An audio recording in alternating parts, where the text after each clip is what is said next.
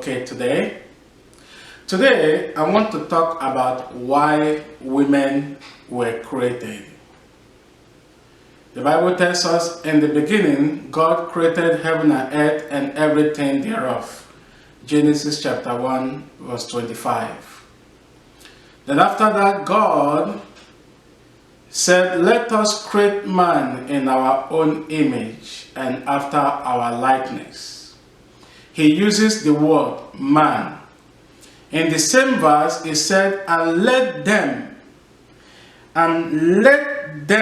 have dominion over the fish, the fowl of the air, the cattle, and the earth. Genesis chapter 1, verse 26. When God said, let us make man in our own image, he was actually referring to the man and the woman, not just the man. Because in God's sight, a man and his wife are one. Genesis chapter 2, verse 24, and Matthew chapter 19, verse 5. In God's preconceived ideas, before he made man, he has already included the woman inside the man. God has already included the whole package. His work is already a finished work before they manifested. God has finished his works from the foundation of the world before they ever existed. Hebrews chapter 4 verse 3 and Psalm chapter 139 verse 14 to 16. After God created Adam and Eve, he named them Adam, which means man, mankind, or humankind. The word man is used by God to refer both to the man and to the woman, mankind, womankind.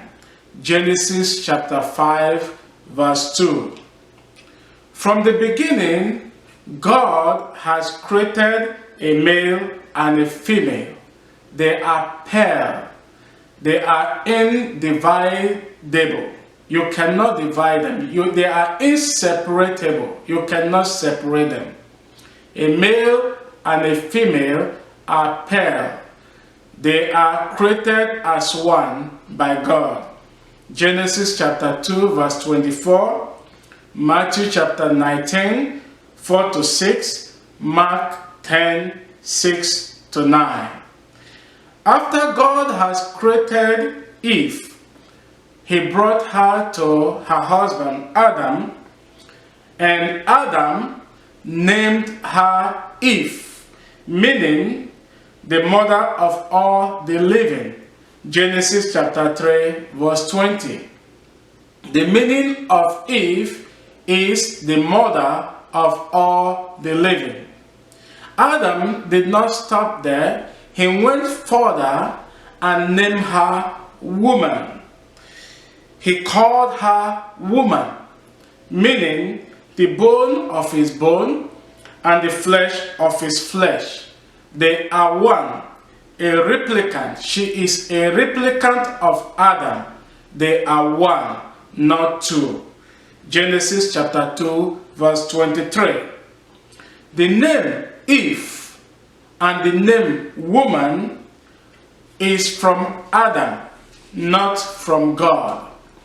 Why the name Adam is the word or the name that is used by God to name the man and the woman. So the name Eve and the name woman was given by the man, but the name Adam was given to the man and the woman by God. The book of Genesis chapter 5 verse 2. The man and the woman were both created to be equal in the gift of life. They were created as equal partners.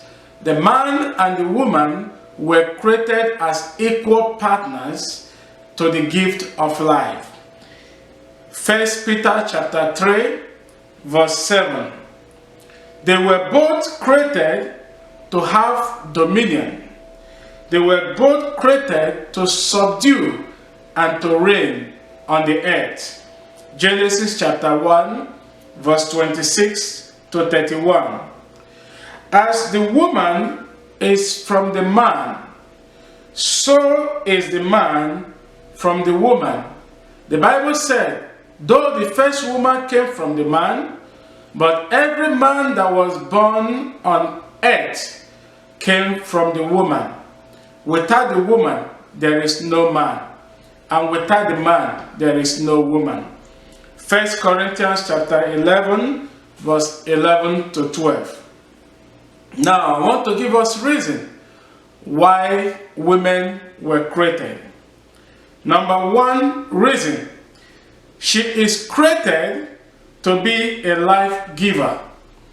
Women are created to be a life giver. They were created to birth humanity. Genesis chapter 3, verse 20. Number two, women are created with the man to be fruitful, to multiply, to replenish, to subdue, to dominate, to reign, to lord over, and to have total authority over the earth. Genesis chapter 1, verse 26 to 28, Psalm chapter 8, 4 to 6, Psalm chapter 82, verse 6, Psalm chapter 115, verse 16, John chapter 10, verse 34 to 35, Hebrews chapter 2, 6 to 8. Number three, women are created to birth godly children. Women were created to birth godly children to their husband. The man carries the seed, which is the sperm, but the woman gives life to the seed. The woman is a life giver. She gives life to the seed and birth the seed. Malachi chapter 2, verse 15, New Living Translation. Women are created to birth the seed and give life to the seed, which is godly children. Number four, women were created to be helpmates, helpers. Genesis chapter 2, verse 18.